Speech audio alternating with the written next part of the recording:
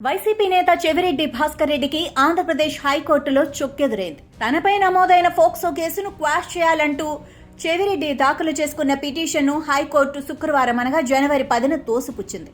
ఓ బాలికపై అత్యాచారం జరిగిందంటూ చెవిరెడ్డి సోషల్ మీడియాలో అసత్య ప్రచారం చేశారని ఫిర్యాదులు రావడంతో పోలీసులు ఆయనపై ఫోక్సో కేసు నమోదు చేశారు. దీన్ని కొట్టివేయాలంటూ చెవిరెడ్డి హైకోర్టును ఆశ్రయించగా హైకోర్టు ఆయన పిటిషన్ను డిస్మిస్ చేసింది.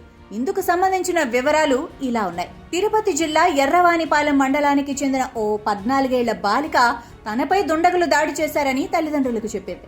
స్కూల్ నుంచి తిరిగి వస్తుంటే ముసుగు ధరించిన కొంతమంది వ్యక్తులు తన్ను అడ్డుకొని మత్తుమందు తాగించారని తెలిపింది.